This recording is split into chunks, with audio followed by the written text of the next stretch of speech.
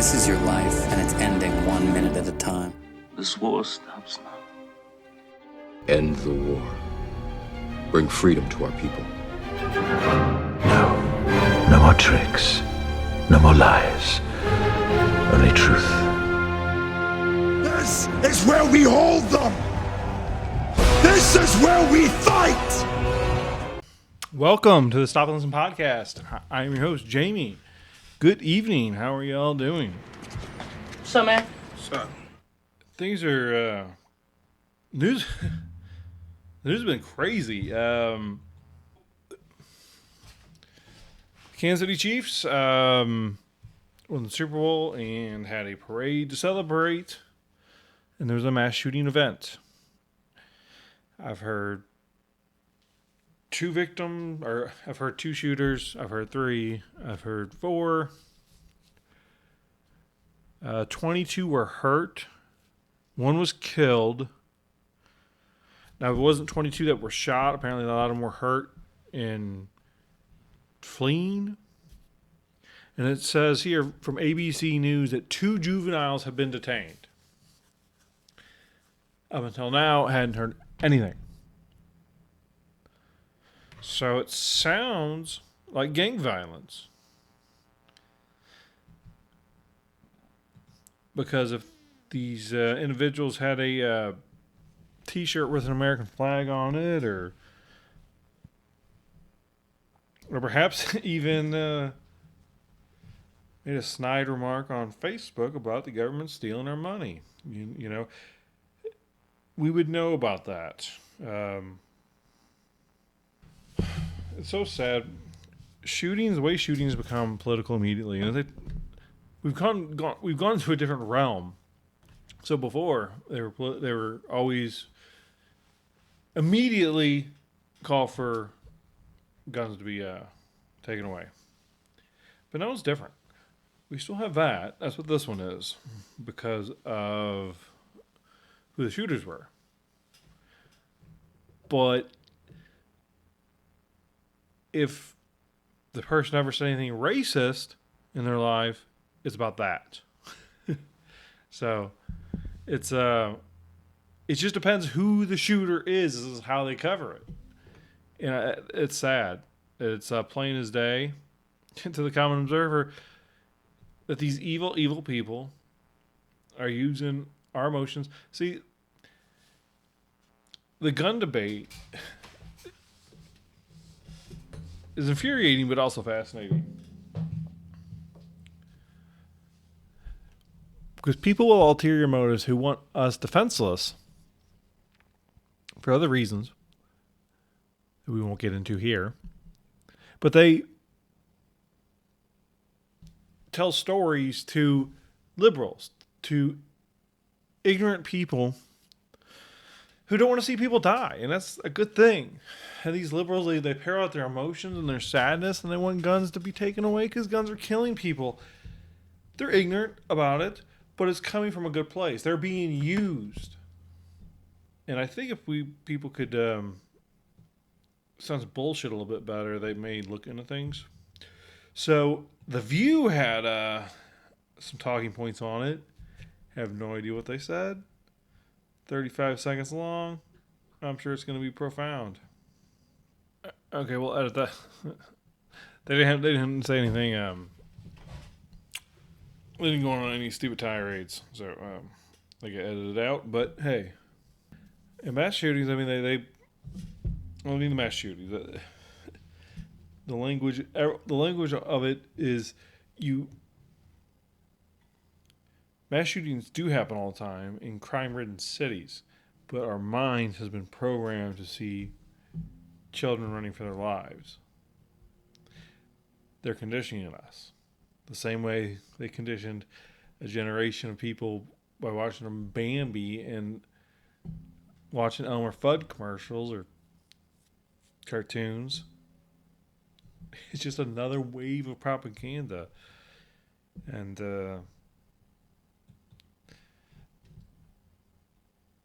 they have no problem standing on dead people to make their point. It's sad. The spawn of Satan may be on the way. Former Hillary Clinton aide Huma Abedin dating the son of George Soros. His name is Alex. Woohoo! She used to be married to Anthony Weiner, the disgraced Democratic politician who was trying to pick up underage women. And I guess he couldn't wait to get to Epstein Island because I'm sure he was there too. Anthony Weiner ruined his career because he got busted trying to hook up with underage chicks. He was married to a woman who was the aide of Hillary Clinton. You think you ever took any plane trips with Bill? Come on. Awful, awful people. Still finding love, though. That's great. Catfish victim who killed best friend after $9 million offer for images of crime sentenced to 99 years. Okay. So this is going to be one of those stupid videos that I have to read along. Woman who killed best friend after $9 million catfish offer sentenced to 99 years. An Alaska woman pleaded guilty to first-degree murder for killing of 19-year-old Cynthia Hoffman. I went by too fast.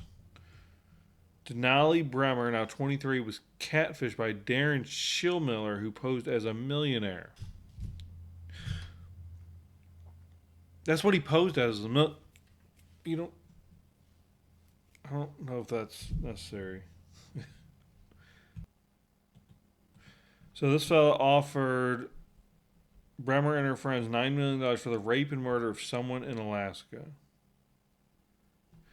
See, the dollar amount, like, that would be like...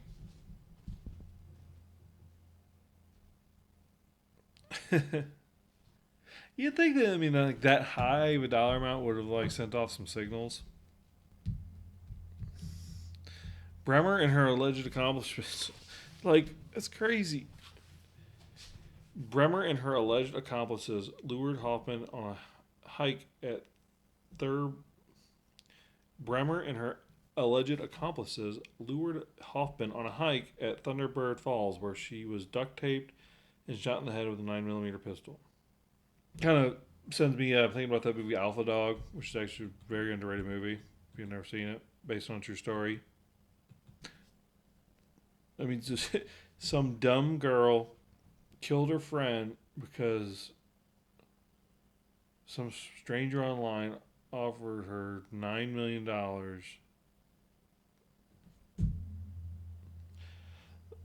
The pursuit of money is the root of all evil, apparently.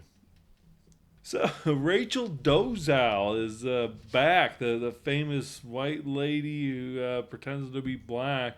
Apparently, she's still rocking it. Well, she may have been hampered a little bit because an Arizona school fires Rachel Dolezal over OnlyFans account. Oh, God, that's so gross. We do need cameras in the classroom, though. After going to my local school board meeting, which I will go back to, they don't seem to be advertising it as much because I haven't seen it posted. There are some problems, and I think a lot of them will be solved if we put cameras in the classroom. One, teachers are so underpaid and overworked. And, man, getting that on camera to prove, man, that could be worth $1 million, right? But students fall behind. They don't understand. They're distracted. They don't pay attention. They're doing their homework. They can't remember. Or they're sick. They missed the lesson entirely. They go online and they watch the lesson of the day. It's good for students. Really good for students. And we'll know what the teachers are saying to our children. You know, not eavesdropping. We're just making sure educating is happening. Not indoctrination. That's how we get things moving. Once the war in Israel began, I've seen a lot of people lean right, supposedly, confessing their faith in Jesus Christ, and it made me very uncomfortable as a Christian. Had some celebrities be baptized. Great. I had suspicion. There's a man that, one of the most famous men in the world, Jim Carrey. Now, I back in the '90s, I loved Jim Carrey. That was like right when I was growing up. Jim Carrey in the stupid movie, in the Dumb and Dumber, and Ace Ventura. Actually, Ace Ventura. I've never seen Ace Ventura 1, the homophobic one. The homophobic one. The transphobic one. Ding, ding, ding. What do we have for her, Johnny? The second one was great back then. I mean, I can't imagine sitting through it now. Dumb and Dumber. I'd watch Dumb and Dumber now. Anyway, Jim Carrey's got some great movies.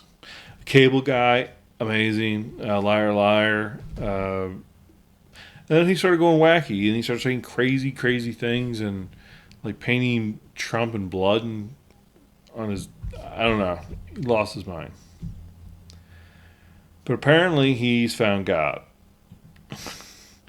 And I mean, Jim Carrey. Come on, touch it. Huh? Come on, you need human contact. Touch it. I will not touch it. Makes me feel very uncomfortable. I just, I don't know. And so this was made 2 weeks ago. Beautiful Blessings. I don't know how this came across my feed, but I want to watch this and see how I feel about Jim Carrey talking about Jesus. Leave darkness behind. And it takes a champion to make that decision. And I really want to speak to the fact that I've had some challenges in the last couple of years myself. And ultimately, I believe that suffering leads to salvation. And in fact, it's the only way that we have to somehow accept, not deny, but feel our suffering and feel our losses, and then we make one of two decisions. We either decide to go through the gate of resentment, which leads to vengeance, which leads to self-harm, which leads to harm to others, or we go through the gate of forgiveness, which leads to grace. And your being. Okay, it's so weird. Okay, listening to the words, trying to isolate the words. Like what he's saying is great, beautiful, and seeing it come onto his face, it's hard to take. Like there's just something viscerally I dislike about this man. It makes me feel uncomfortable. Like, and maybe I got him wrong. Here is an indication that you've made that decision already. You've made the decision to walk through the gate of forgiveness to grace, just as Christ did on the cross. He suffered terribly, and he was broken by it to the point of doubt and a feeling of absolute abandonment, which all of you felt. And then there was a decision to be made. And the decision was to look upon the people who were causing that suffering, or the situation that was causing that suffering, with compassion and with forgiveness. And that's what opens the gates of heaven. So I wish that for all of you. I wish that for myself. I know that no matter what I've suffered, most of you have suffered worse than that. But that's why I admire you, because you're here. And you will have grace because this decision has been made. That is so odd. I don't. It makes me feel almost uncomfortable. Even more so in a completely different way. That was beautiful. That weird, creepy man said something just so true and so beautiful. So, from the Post Millennial, let's go right to the Twitter, I guess. And think we've got a new famous comedian. He got his neck nailed on.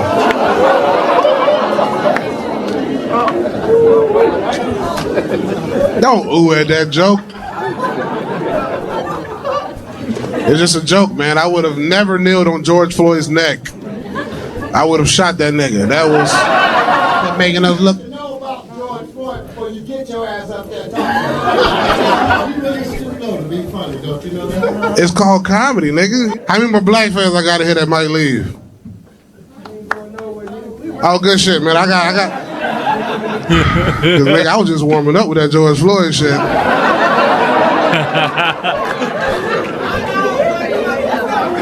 You ready to go? He's gonna be. All right, baby. He's gonna be on Rogan. I bet you in the next week or so. Okay.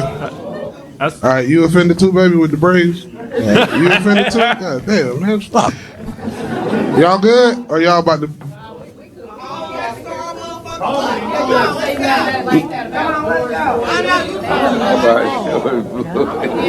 And that's my daughter.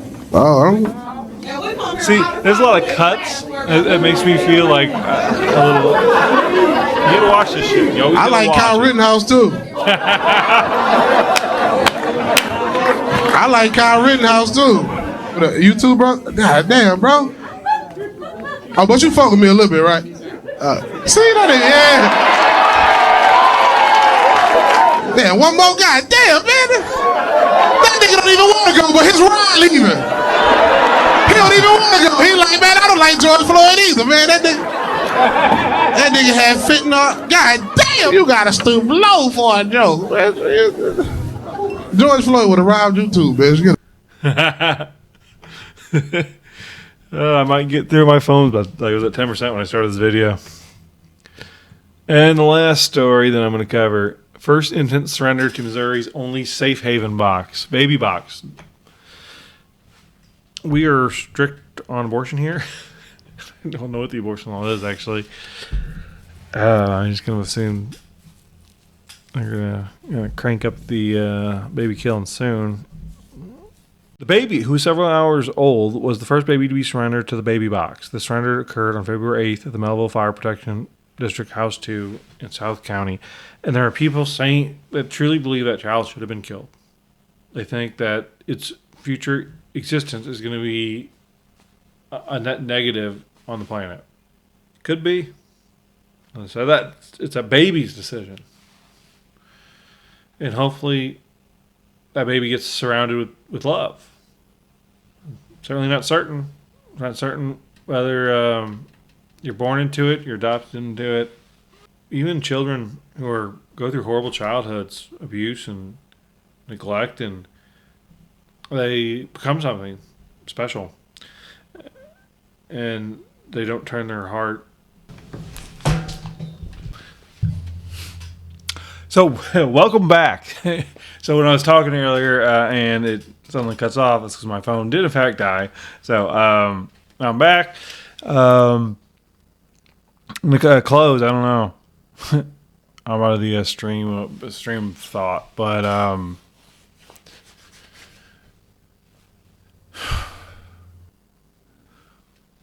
we don't know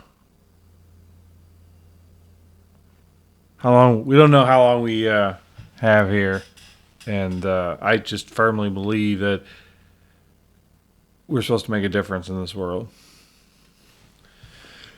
So, get involved, stand up for what's right. This can't be this way. I mean, we agree on more than they want us to. We certainly agree on more than they want us to believe. So let's work together and get involved. I mean, okay. So here's how I'm going to close. For work, normally I drive up up to northern Missouri and into Illinois and back.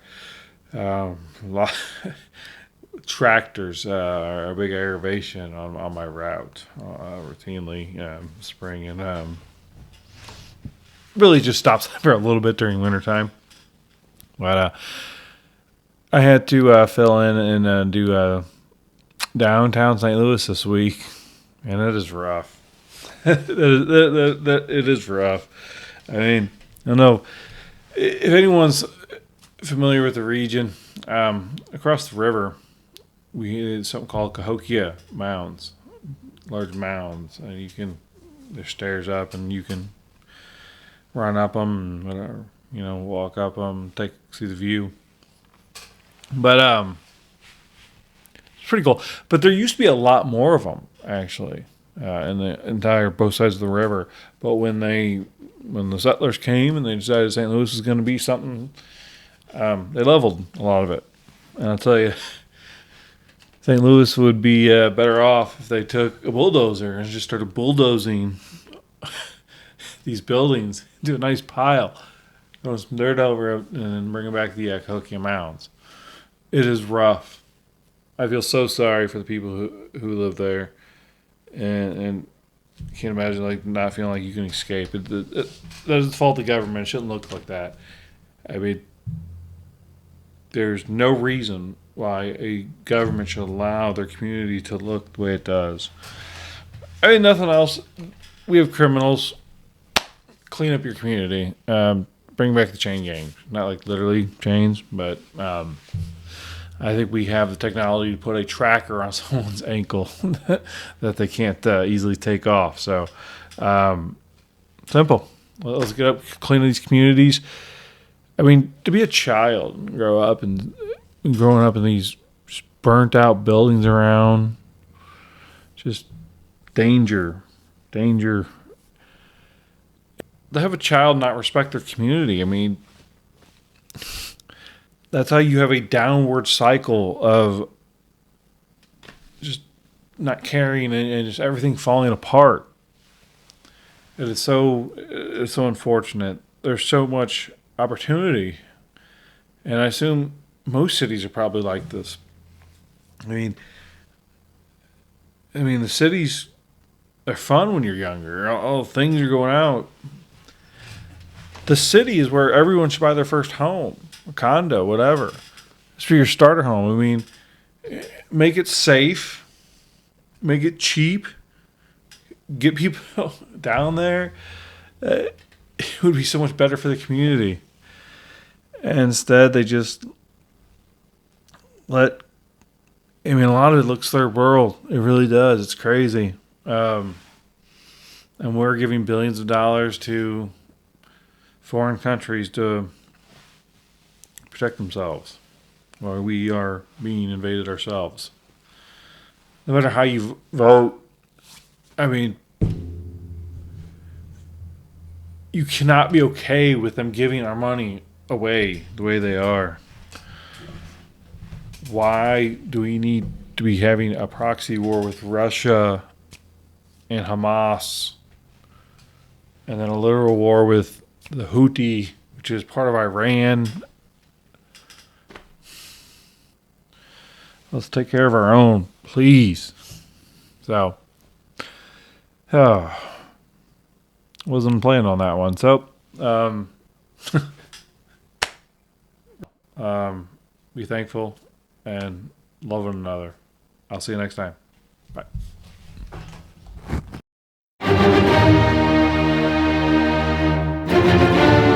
This is your life, and it's ending 1 minute at a time. This war stops now. End the war. Bring freedom to our people. No more tricks. No more lies. Only truth. This is where we hold them! This is where we fight!